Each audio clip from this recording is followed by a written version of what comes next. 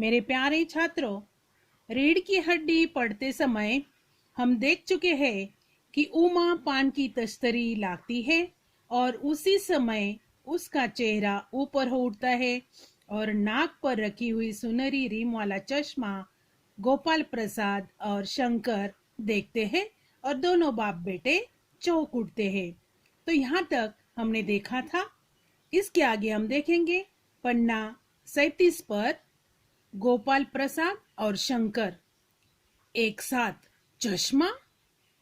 रामस्वरूप, जरा सक पकाकर यानी थोड़े डरे हुए।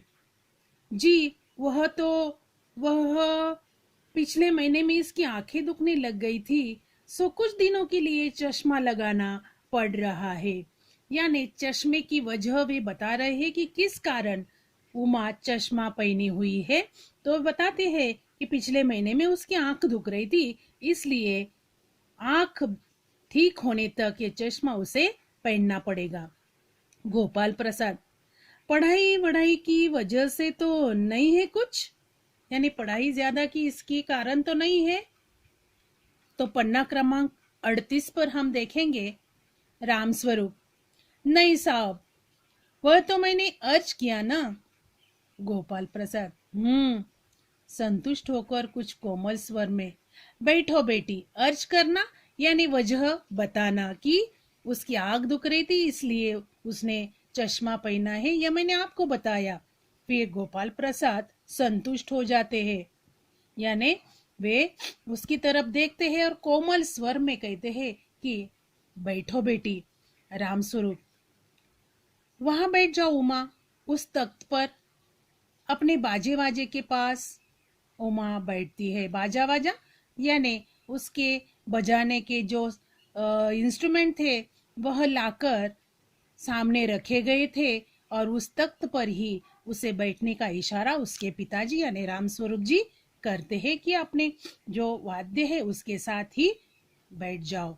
गोपाल प्रसाद, चाल में तो कुछ खराबी है नहीं, यानी वह उसकी परीक्षा भी करते हैं कि चलने में बच्ची जो है ठीक है, लड़की अच्छी है, चेहरे पर भी छवि है, चेहरा यानी उसका तेज है, निखार है चेहरे पर। हाँ, कुछ गाना बजाना सीखा है?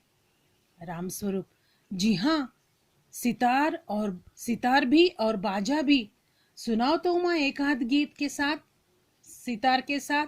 तो यह रामस्वरूप अपनी बेटी के बारे में बताते हैं कि वो उसे सितार बजाना आता है, बाजा बजाना आता है, और फिर एक गाना सुनाओ, ऐसा हो सितार के साथ गाना बताने के लिए उसे सुनाते हैं। उमा सितार पर मीरा का मशहूर भजन मेरे तो गिरधर गोपाल गाना शुरू कर देती है। उसकी आंखें शंकर की झीपती सी आंखों से मिल जाती है और वह गाते गाते एक साथ रुक जाती है। यानी यह दृश्य दिखाई दिया है कि जैसे ही उमा सितार पर मीरा का भजन सुनाने के लिए तैयार हो जाती है तो उसकी आंखें शंकर यानी जो कि गोपाल प्रसाद का लड़का है, बेटा है, उनके साथ आया हुआ जो भी उधर बैठा हुआ था, उसकी आंखें और उमा की आंखें यानी शर्माती सी झेपती सी यानी शर्माती सी आंखें उसे मिल जाती है और वह गाते गाते एक साथ एकदम रुक जाती है। रामस्वरूप, क्यों, क्या हुआ? गाने को पूरा करो उमा, यानी रामस्वरूप उसे अपनी बेटी से कहते कि गाते गाते क्यों रुक गई, गाना पूरा करो। गोपाल प्रसाद, नहीं नहीं साहब, यानी हमने यहाँ तक देखा कि वह गाते गाते चुप हो जाती है और फिर गाना गाने के बाद रामस्वरूप उसे क्या इशारा करते हैं, नेक्स्ट पैराग्राफ हम देखेंगे। तो रामस्वरूप कहते हैं कि क्यों, क्या हुआ, गाने को पूरा करो। नहीं नहीं साहब, काफी है, आपकी लड़की अच्छा गाती है। उमा सितार रखकर अंदर जाने को बढ़ती है। गोपाल प्रसाद, अभी ठहरो बेटी। रामस्वरूप, थोड़ा और बेटी रहो उमा, बैठी रहो उमा। उमा बैठती है। गोपाल प्रसाद, उमा से तो तुमने पेंटिंग वेंटिंग भी सीखी है? उमा चुप। तो हम देखेंगे कि राम स्वरूप से लेकर गोपाल प्रसाद इन दोनों की बातें उमा से क्या होती है।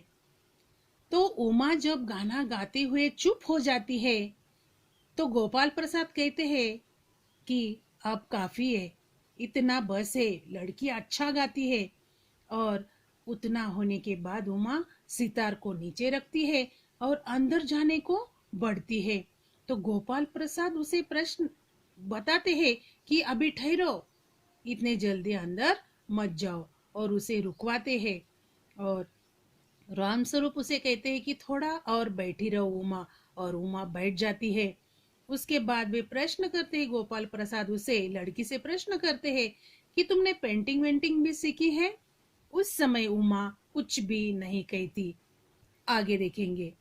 राम स्वरूप, हाँ, वह तो मैं आपको बताना भूल ही गया। यह जो तस्वीर टंगी हुई है कुत्ते वाली, इसी ने बनाई है, और वह उस दीवार पर भी। यानी बेटी कुछ भी नहीं कहती, पिताजी उत्तर देते ही रहते हैं। और पेंटिंग जो बनवाई गई है वह इसी ने बनवाई है। और किसकी पेंटिंग है? कुत्ते की। वह कुत्ते वाली पेंटिंग इसी ने बनवाई है। और वह उस दीवार पर भी, यानी दूसरी दीवार पर भी दूसरी पेंटिंग है। गोपाल प्रसाद, यह तो बहुत अच्छा है। और सिलाई वगैरह? रामस्वरूप, सिलाई तो सारे घर की इसी के जिम्मे रहती है। जिम्मे यानी जिम्मेदारी। घर की पूरे सिलाई का काम उमा ही करती है, ऐसे उसके पिताजी गोपाल जी को बताते हैं। यहाँ तक कि मेरी कमीजें भी। और हंसते हैं करते हैं। यानी वह बताना चाहते हैं कि घर की पूरी सिलाई का काम उमा ही करती है, यहाँ तक कि मेरी कमीजें भी वह ही सिलवाती है। उसके बाद गोपाल प्रसाद जी, ठीक, लेकिन हाँ बेटी, तुमने कुछ इनाम बिनाम भी जीते थे? यानी वह प्रश्न करते हैं कि कुछ पेंटिंग के इनाम वगैरह कुछ जीते हैं क्या? उमा चुप।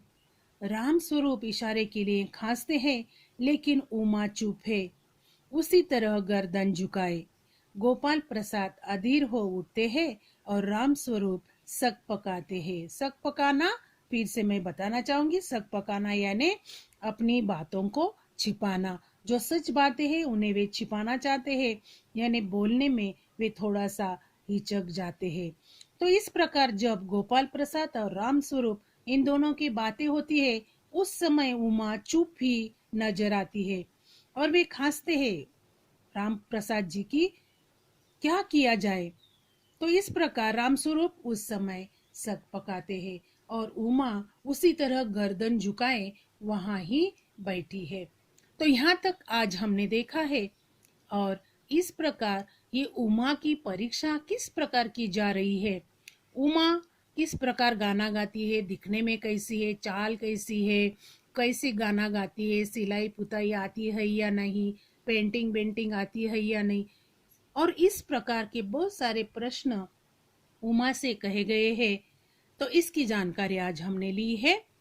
तो यहाँ मैं आज का यह पाठ समाप्त करती हूँ। पाठ का पठन कीजिए, जितना भी पढ़ाया वह पढ़ते चले जाना। धन्यवाद।